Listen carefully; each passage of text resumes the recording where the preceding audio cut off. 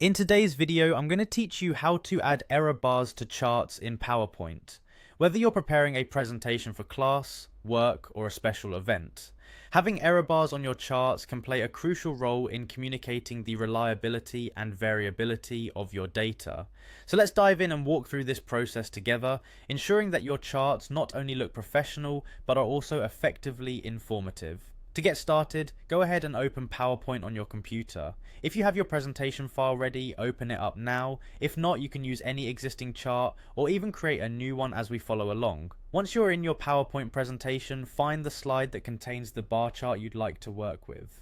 If you're starting from scratch and need to insert a bar chart, simply click on the Insert tab, then choose Chart and select the type of bar chart that best suits your data. Now that you've located your bar chart, click on it. This action will activate a series of specific options designed to help you modify and refine your chart. Next, navigate over to the Chart Design tab. This tab is filled with multiple customization options, specifically tailored toward enhancing the appearance and functionality of your chart. Once you're in the Chart Design tab, look for the Add Chart Element option. It's located under the Chart Layout section. Click on Add Chart Element, and here an array of potential options will be presented to you. Specifically, what we're looking for today is the error bars option. Click on it.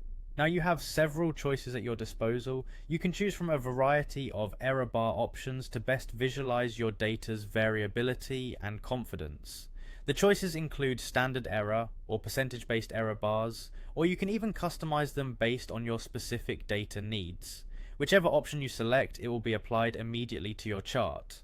Adding error bars is a fantastic way to provide a visual impression of how precise your data is and the degree of variability within it.